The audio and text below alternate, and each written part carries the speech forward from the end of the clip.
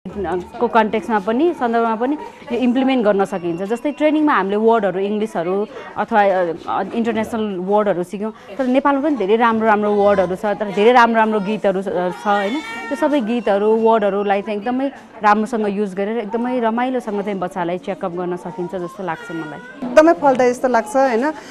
र बच्चालाई चाहिँ एकदमै बच्चाहरू हस्पिटलमा बस्दाखेरि चाहिँ एकदमै होमसिक हुने होइन, आफ्नो प्यारेन्ट्सहरूबाट छोडेर बस्ने भएको कारणले गर्दा होइन उनीहरूलाई एकदमै ट्रिट गर्न एकदम गाह्रो हुन्छ अनि हामी देखेर अलिकति इरिटेट हुने डराउने जस्तो हुन्छ। तर यो तालिमले चाहिँ हामीले उनीहरूलाई एउटा रमाइलो प्रकारले होइन एउटा उनीहरूको मनोभावना बुझेर उनीहरूलाई ट्रिट गर्न सकिन्छ, उनीहरूलाई हाम्रो प्रोसिडरमा काम लाउन सकिन्छ जस्तो लाग्छ अनि हामीले चाहिँ यो चाहिँ कन्टिन्यू गर्न सकिन्छ। हामीले कुनै पनि अब चिजहरू हाम्रो खेलाउने चिजहरू नभइकन पनि लोकल रिसोर्सेसहरू प्रयोग गरेर पनि हामीले यसलाई अब प्रयोग गर्न सक्छौँ जस्तो लाग्छ।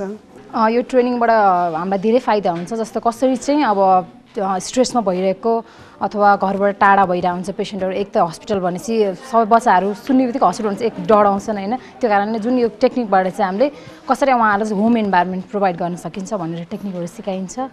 जस्ट फर्स्ट हामीलाई प्लस चिल्ड्रेन दुइटैलाई होम इन्भाइरोमेन्ट क्रिएट गर्ने इन्भाइरोमेन्ट बनाइदिन्छ टेक्निकले। यो चाहिँ हाम्रो पहिलाको पद्धति कस्तो थियो भने बच्चाहरूलाई जबरजस्ती गर्ने होइन, ट्रिटमेन्ट गर्दाखेरि उसले चाहोस् नचाहोस् जबरजस्ती चाहिँ उसलाई ट्रिटमेन्ट हामीले चाहिँ दिनु पर्थ्यो भने अब चाहिँ हामीले यो ट्रेनिङ प्राप्त गरिसकेपछि त्यसरी होइन कि बच्चा र हामीमा चाहिँ क्लोज रिलेसनसिप मेन्टेन गरेर पहिला रिलेसनसिप मेन्टेन गरिसकेपछि मात्रै उनीहरूलाई खुसी पार्ने तरिकाले चाहिँ हामीले ट्रिटमेन्ट प्रोभाइड गर्ने, ताकि यसको सँगसँगै हामीले यो नेसनल लेभलबाट नै यो चाहिँ प्रोग्रामहरू स्वास्थ्य सेवा विभाग छ नि ट्रेनिङ सेन्टर, त्यहाँबाट नै यो थ्रु द नेसन नै हामीले राख्न सक्यो भने चाहिँ एकदम राम्रो हुन्छ जस्तो मलाई लाग्छ।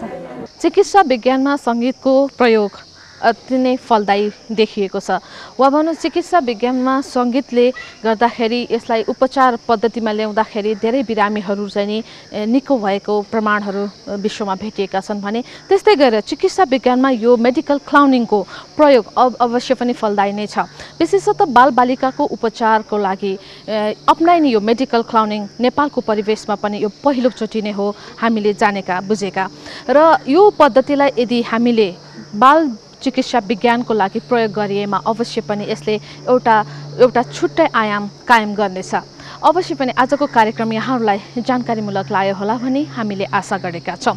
सम्पूर्ण सहकर्मीका साथ म पनि बिदा हुन्छु। हजुर स्वस्थ रहनुहोस्। नमस्ते।